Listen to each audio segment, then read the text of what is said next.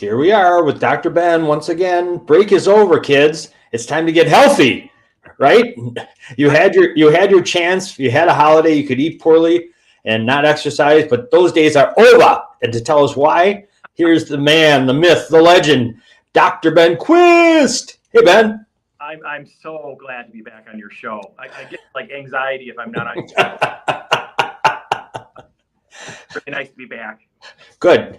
I think you need to come a little bit towards the mic. That's the first time since we've talked. They've had a little in and out. So cool. We got to hear. Yeah, we got to hear it. Yes, that's important. Yes. What's going on, Ben? What are we talking about this week? Well, I'd like to talk about something that I term, and I've heard it called this, and I think it's a really good way to describe it: the protein myth. Have you ever heard that term before? I have not. You know, you and I have talked many times in the past about the fact that, carbohydrates are kind of been demonized in the common literature right now. When different articles that are being written or what people say about carbs. But protein is always like this thing. Well, we got to get more. You got to get more. You got to put more in, more protein.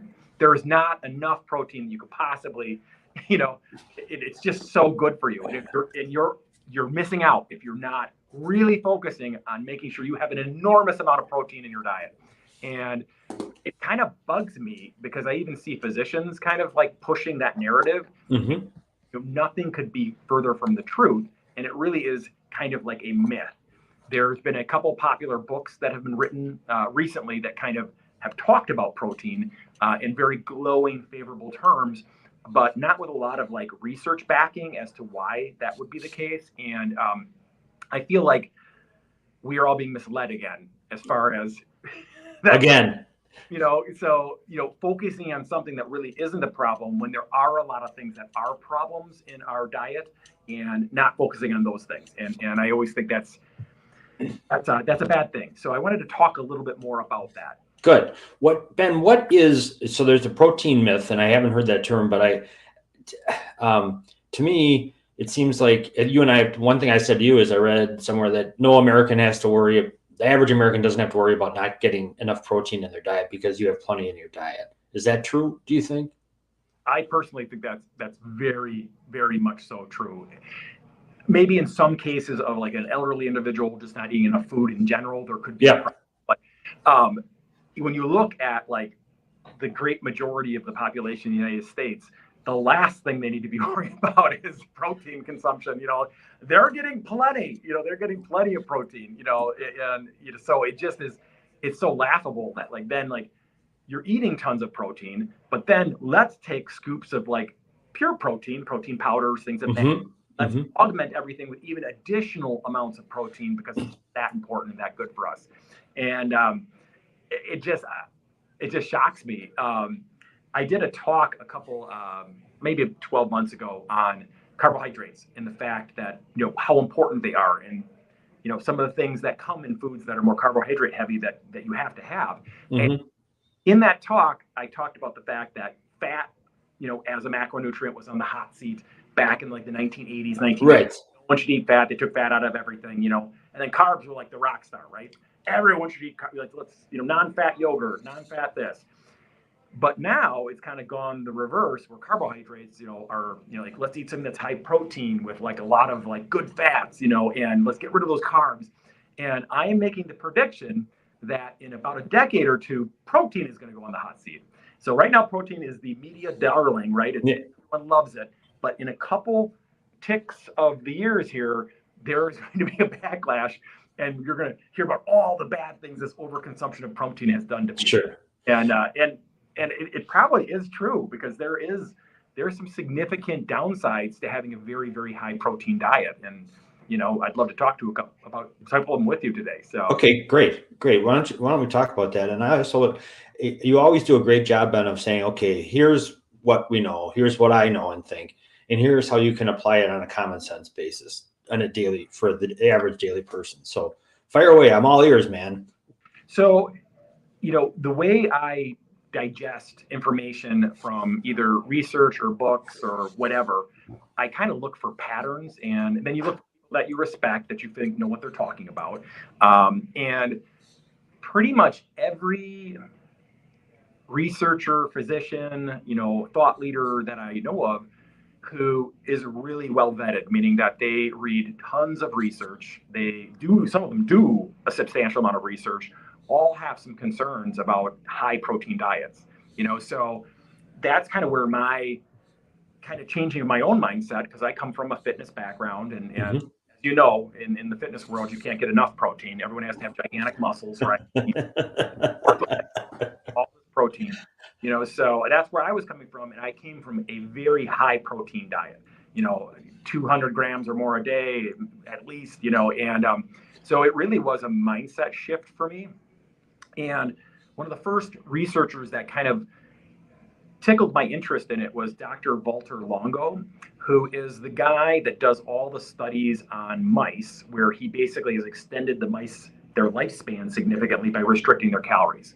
And he has a product called Prolong, which is a fasting kit that you can use, which I use quite a bit myself. And a lot of my clients have used it. You know that we even sell those at the Health Club. That's even his strategy with that. He was the first one who, in his book, he called a high protein diet the diet of death.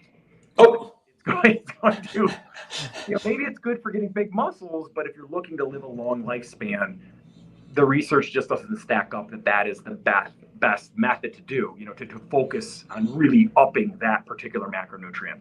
And actually, Jack, in general, it doesn't really support upping any macronutrient way above what would be a normal blend, because most of the foods that we eat are a blend of all three different macronutrients, so high fat diets also, have a lot of different problems associated with them. So anyways, he was the first one. He kind of threw that out there. I'm like, oh, that's interesting. And then reading more throughout the years, Dr. Greger, who's another physician who probably is the most research-oriented person on planet Earth.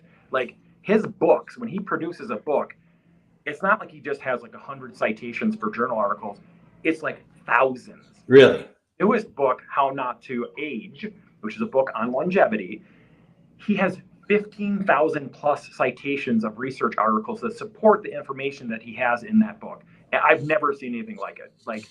And for instance, Dr. Peter Attia has a book out, and he just has a few citations, and everyone's, it's so amazing, but this guy, he has a team of like 15 people culling the research, and they all get together and they figure out, what to validate and to put in the book. And no matter what you want to say about research, there is still a place for it. There's a lot of people, because a lot of the research on nutrition is like looking at questionnaires and like, well, people that ate this way, there's an association with, they have more heart disease or things of that nature. And the argument against that form of research is that association does not prove causation. But when thousands of different research articles that are looking at that type of data all say the same thing, you start to think, well, gosh, maybe there's something to that, Right. So I have a tendency to kind of lean more towards that. So anyway, in his newest book, what was really fascinating to me, he talked about all the different pathways that create aging in the human body. And I think he referenced like 10 different pathways. Things like telomere shortening when your cells divide. Have you heard of that one? A lot of people. No, of course not. How have you not heard of that one? Oh my gosh. So every time your cells divide, the telomeres shorten slightly, and that's a potential pathway of aging. So he went over all these different pathways, and after he went over the pathways, he started to talk about the different strategies that can impact the pathways so that we can age slower, which is, I think, a good thing. Like, who wants to age quickly, So it was interesting. And he talked about different things like eating more vegetables or like certain other kind of strategies, and all the different things he talked about affected some of the pathways, but not all of them. So guess what? The only thing that affected all of the pathways was, as far as making those pathways not age us as quickly. Strategy. It's got to be fiber. Knowing you, it's fiber related. No. Protein. What? Protein reduction? A high protein diet. So high protein diets stimulate a lot of the things, like they're building diets. So like stimulating cancer, stimulating different, it was the only thing that took all of the different aging pathways and slowed them, so really? So interesting. And so you start to read things like that, and then it makes you kind of mad when you hear these things. you're not getting enough protein. You're a 140-pound woman, but you should be getting 200 grams a day of protein. Like, and make sure you have chicken breast at every meal. It's like nothing could be further from the truth. It's just, Is there, Ben, you said 140-pound woman, you just threw that out. I know you just picked that up, but is there a guideline that a person could use? I'm an average person. How much protein should I have on a day, on a normal day? Is there such a thing that you can say? Yeah, there are percentages that it's usually based on body weight or the amount of lean mass you have. You times it by a certain percent, and that's Okay. protein a day that you need. And you can look that up on Google. Okay. Usually it's a little bit higher if you're trying to build muscle tissue. One thing that has shocked me though, as someone who is I lift weights and I have always had a bit of muscle on my body. I done pretty well with that. When I switched to a lower protein diet, I expected my strength levels to decrease significantly. Like, I expected my pull-ups to drop. I wouldn't be able to bench press as much or whatever. And I also expected my muscle mass to decrease. And what was shocking to me, coming from kind of more of a bodybuilding background, is none of that stuff happened. Like, I switched to eating a more normal kind of blend of macronutrients, and all that stuff stayed the same. So it was really weird, to me, because it goes against the common thinking on that. Right. So is it always common sense equals balance of the types of things you should be eating, not balance it with refined sugar or anything like that, but whether it's protein, fiber, carbs, is that the guy? I mean, is that the general thing you would say, Ben, or not? I think that people, and this is just my own personal opinion. Yeah. A lot of other people who look at this stuff a lot believe this as well, is that individuals should focus on getting the healthiest natural foods that they can and stop worrying so much about how many macronutrients are in them. So getting the least processed food that you can get. So by a unprocessed food, meaning a food that hasn't had anything bad put into it and it's had nothing good removed from it. So like an example of like bread, if you're eating white bread, that's had chemicals put into it and it's had all the fiber removed from it. So like that is a very processed food, so focusing on getting the foods that are really those less processed oriented foods. And if you're going to eat meat, which meat, certainly there's an argument for that meat is good for you, getting the healthiest quality meat you can get. So going for those animals who are fed their natural food sources, animals that are not injected with tons of chemicals and things of that nature. So you're eating this kind of Frankenstein meat, so I kind of go towards the thought process of trying to eat natural foods that are more in their natural state, that have had no chemicals put into them or nothing good taken away. So as an example, Ben, for eggs, that's when you told me one time, get the eggs that are pastured, I think is the term you use, so that they is so, or if you're eating beef, I've seen the term grass fed. Is that what you're talking about when you say less processed, or is that just marketing stuff? No, that is, well, first of all, that's the concept of when you eat an animal, you are eating what they ate. Okay. So you are what you ate. Does that make sense? Yes. It makes sense. Like cow ate, you are then intaking that into your body. And I got to tell you, back when cows were developing creatures over the thousands and thousands of years, cows never ate grains. Like, they ate grass, right? That's what they ate. They got things out of the grass. For instance, like vitamin K comes from the grass. It doesn't come from wheat. So then when cows eat their normal natural eating pattern, then we eat that cow that is eating the normal natural stuff, and it gets better stuff for us. So that usually when I'm trying to get an animal, fish is another example. Like, if you're going to take a pen in the sea and you're going to force 10,000 fish in there, and they're all crapping on each other, and they're throwing in like food pellets that are feeding the fish, when the fish's natural diet is other fish or algae or different types of things, again, that piece of fish is not going to be as good for you. It may even be detrimental. So wild caught salmon as an example. Yeah. Yep. And I will say, just from my own personal perspective, it's getting harder and harder to find foods that are not really polluted, because of the way that we're farming, because of the way, we're handling situations with the environment. It's getting tougher So, but I don't think there's any better thing to spend a little bit of thought processes on and time as to like, what do you put in your body? You know, that is a pretty important thing. So if it costs a teeny bit extra, or you have to do a little bit more research to figure out where that piece of fish came from, I think it's well worth it versus just sticking your head in the sand and being like, okay, I'm just going to eat the standard American diet, get super diseased and unhealthy by the time in my middle die 10 or 15 years younger than I should have. It's yeah. What do you say, Ben, to the, I see, I was on the Big Mac diet, ate nothing but Big Macs for a year and I didn't gain any weight or whatever. There are freaks of nature, but that's very unusual. And even if you hadn't gained weight, that doesn't mean you're healthy by eating 2 Big Macs a day. Well, exactly. Another great example of that is, somebody who eats a really, really high protein diet and builds up these gigantic muscles and they look like this very healthy, strong person. But when you look at it over time, I'll never forget this. It's so funny. My first job I ever had, I worked at the Jewish Community Center, and I was a manager of the locker rooms there. And there were these 2 older gentlemen there. They're really, they're probably in their 80s, and they're really thin and they're crotchety and they're kind of going around the locker room. And I was at that time lifting lots of weights and I was very muscular. And they said, Ben, you know what? All the strong ones are dead. Muscle guys dead at 50, dead at 60, dead. And I'll never forget that. It's like, oh my gosh. But any of those things in extremes, like that. And yes, sometimes in a moment it looks like the approach is working. Mm-hmm. Like diet, sometimes people do that kind of stuff and it's like, I've lost all this weight, but when you do that over the course of a couple decades of that, is it worth losing 10 years off your life or more? So.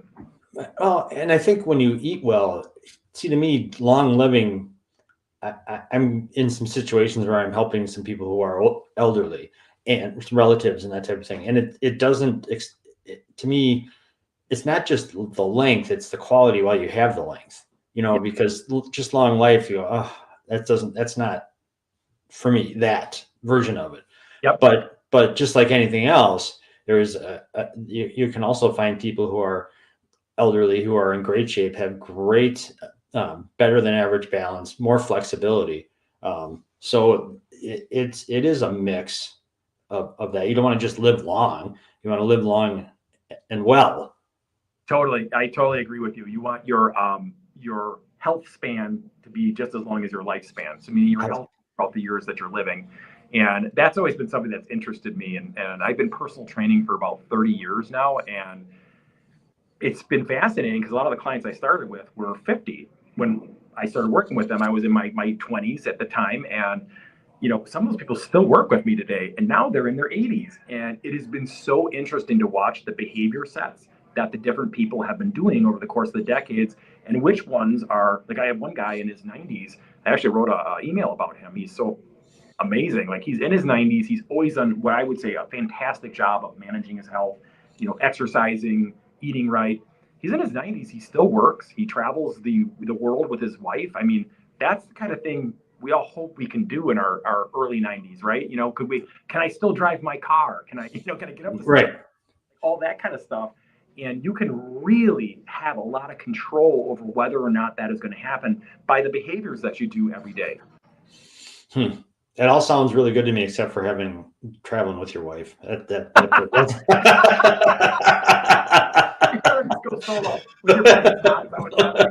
good. Oh, you're a good man, Ben. You remind me also when I talk to you. I know we both read the Arnold Schwarzenegger's newsletter, and there's a guy who was the ultimate bodybuilder, right? 7 times Mr. Olympia or whatever he was. But in his newsletter today, if you read it, almost every day there's something about common sense in there about things, about getting enough rest or get outside and just go for a walk is good for your health. All these different things. So he's really changed from where he was as a competitor. Do you agree? Oh, totally. And he's an interesting example because bodybuilders, more so than any other sport, in my opinion, shorten their lifespan. And so it's been interesting. He's in his 70s now, right? I think he's in 75, I think. And he was always a hero of mine when I was a young man. Sure. so cool, like, and I wanted big muscles like him. Mhm. Probably started late weightlifting when I was in high school, and it's been interesting to watch him age. And I think he has pivoted well. I don't think he used the same amount of drugs that modern day bodybuilders use, where they're just so drugged up that they croak at age 40. Some of the guy that died on stage. I mean, they're just these giant chemical experiments. But from him not using as many steroids and other drugs, and then pivoting pretty quickly out of the bodybuilding field. And then, now he's more plant-based, in his older years, which I think is great. But I think he's a pretty smart guy. And, I always think of it as there's like two schools of thought. There's the individuals that have read the research and know what's going on, which then you have the individuals that haven't, who are crowing about all these different weird things you should be doing. And it's and I think Arnold is discerning, and he's kind of picked out like, okay, yeah, people who eat a higher amount of vegetables, fruits, nuts, seeds, that kind of stuff typically live a little bit longer, and I want to live a little bit longer. So he's probably eating that high protein diet that he did back in his 30s and 20s. Yes, and I watched a documentary on him that's on Netflix. It's a 3-parter. I think we've talked about it. I don't know if you've seen it or not, but he claimed in there, I think it was in there, he said they did steroids, but it was under a very strict doctor supervision. It was a careful thing. Now steroid, I mean, I don't know, any doctor that carefully, well, it doesn't matter. He didn't go, in his mind, didn't go wild with the steroids. We don't know the truth, but the fact is, just like anything else, he's an example of you can be one way and pivot and change. It's never too late to start making a healthy difference, I guess is what I'm saying. 100%. Yeah, totally. So yeah, he's a great example of that. Yeah, I thought it was really fascinating. He was in that Game Changers movie where they were talking about all the athletes and things and that's a pretty extreme movie. Like you have to be vegan. Like that's also an extreme approach in my mind. Like very unusual for a human being to only eat plants. Like human beings throughout history have eaten meat. Like most cultures eat meat and they celebrate it. It's just that I think throughout history, most cultures never ate meat morning, noon, dinner, after dinner, before night snack, waking up in the middle of the night, eating another piece of sausage or salami. Like, it's just like that. That's just a very weird thing that we have going on right now where, I mean, you look at that. Okay, well, in the morning, I'm going to have bacon, and then I need more meat, so I'm going to have some eggs, but then I need additional meat, so I'm going to have this other thing. It's just like how many, let's layer meat on top of meat, but then let's not look at any of the other things the body needs to be getting as well, so. Right. Yeah, and there, just like anything else, anything worthwhile, there aren't any shortcuts. I mean, it makes it boring. You need to do the practice. You got to build the fundamentals in anything to be good at. You can't just go for the flashy moves, no matter what, your sports or writing or whatever it is. You need to understand the fundamentals. Eating is the same way. You can't skip. You can't hack nutrition. You just can't. You cannot, and that is 100% correct. And all those people that take like the powdered greens and they take some capsules that are supposed to equate to what you got in a berry, like that's all BS. Like that does not work for many different reasons. And you have to eat the actual foods. And that's been shown time and time again. When you do it that way. So yeah, and you mentioned it before. The one thing that most people should be focusing on getting more of is fiber. And that's where pretty much every American is deficient, but yet it is talked about so little. I think I talk about it, but it's such a boring topic. Like fiber, it's so exciting, Right. Well, people think of fiber as old people needing fiber. I think that's how it was when I was growing up. It was just like, oh, that's for old people. You had no concept or clue of how important it is as you go through life, and not just it fills you up too. That's the thing. It makes you. It satiates you anyway. We can go on forever, but. That's interesting. The protein myth is right on, and it's making you make people think. That's the best thing you can do.